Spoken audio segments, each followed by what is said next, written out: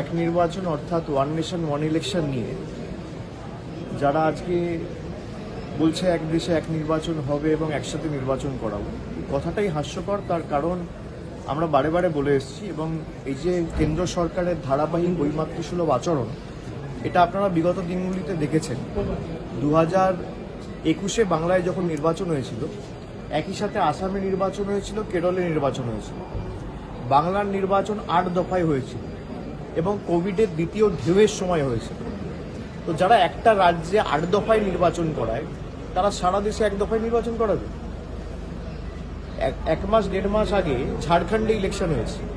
ঝাড়খণ্ডের মতো একটা ছোট রাজ্যে 2 দফা ইলেকশন করাতে হয়েছে। যারা একটা ছোট রাজ্যে 2 দফা ইলেকশন করাচ্ছে, তারা 1 দফা ইলেকশন করাবে। তো হাস্যকর। গত 2024-এর লোকসভায় 7 দফায় বাংলায় নির্বাচন হয়েছে। কোথাও আমার লোকসভা কেন্দ্র, আমি আপনাকে বলছি, ডায়মন্ড হারবার লোকসভা কেন্দ্র 3 দফায় হয়েছে। একটা লোকসভা কেন্দ্র আমার ডায়মন্ড হারবার ফলতা একদিনে ভোট হয়েছে, বিষ্ণুপুর সাতগাছি একদিনে ভোট হয়েছে, বজবজ মহেশতলা মিটিয়াপুরুজ একদিনে ভোট হয়েছে। একটা সংসদীয় কেন্দ্রকে যে 3 দফায় ভেঙে ভোট করায় যে সরকার এবং নির্বাচন কমিশন, তারা সারা দেশে 1 দফায় ভোট করাবে। মানুষকে বিভ্রান্ত করার প্রচেষ্টা।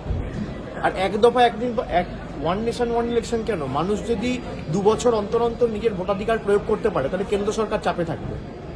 মানুষের অধিকার ছিনিয়ে নেওয়া, এটাই তো আমরা বলেছিলাম সংবিধান পাল্টে দেওয়ার যে প্রচেষ্টা, এটাই তো সংবিধান পাল্টে দেওয়ার প্রচেষ্টা।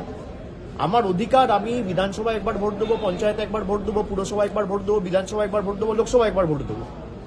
আমার 5 বছরে 6 বার ভোট দেওয়ার অধিকার, সেটা আপনি কেড়ে নেবেন, দিয়ে বলবেন একবার ভোট দেবো। এটা হয় নাকি? সরকার তো পাহারাদার। আপনি যদি পাহারাদারকে বলেন 30 দিনের মধ্যে 25 দিন ডিউটি করতে হবে না, খালি 2 দিন ডিউটি করো, তাই হচ্ছে। অ্যাকাউন্টেবিলিটি থাকবে না। মানুষ তো অ্যাকাউন্টেবিলিটি চায় যে আমি, ধরুন বাংলার ক্ষেত্রে 2021 থেকে 2026, 2021-এ মানুষ ভোট দিয়েছে, 2022-এ ভোট দিয়েছে পুরসভায়, 2023-এ ভোট দিয়েছে পঞ্চায়েতে, 24-এ লোকসভা হয়েছে, 24-25-এ আবার একাধিক বিধানসভা উপনির্বাচন হয়েছে, আবার 26-এ বিধানসভা নির্বাচন। মানুষ 5 বছরে 6 বার ভোট দেওয়ার অধিকার পাচ্ছে। সেখান থেকে কেন্দ্রের বিজেপি সরকার বলছে না, এই ক্ষমতা আমরা কেড়ে নেব। অর্ডিন্যান্স করে যেমন দিল্লি সরকারের ক্ষমতা কুক্ষিগত করেছে, ঠিক একইভাবে এই বিলের মাধ্যমে দেশের 140 কোটি মানুষের ক্ষমতা কুক্ষিগত করে নিজের হাতে রাখে। এরপর বলবে one nation one political party, one nation one leader. সংবিধান পাল্টাবে। আমরা যতদিন আছি এগুলো হতে দেবো, ওরা হাজার চেষ্টা করবে।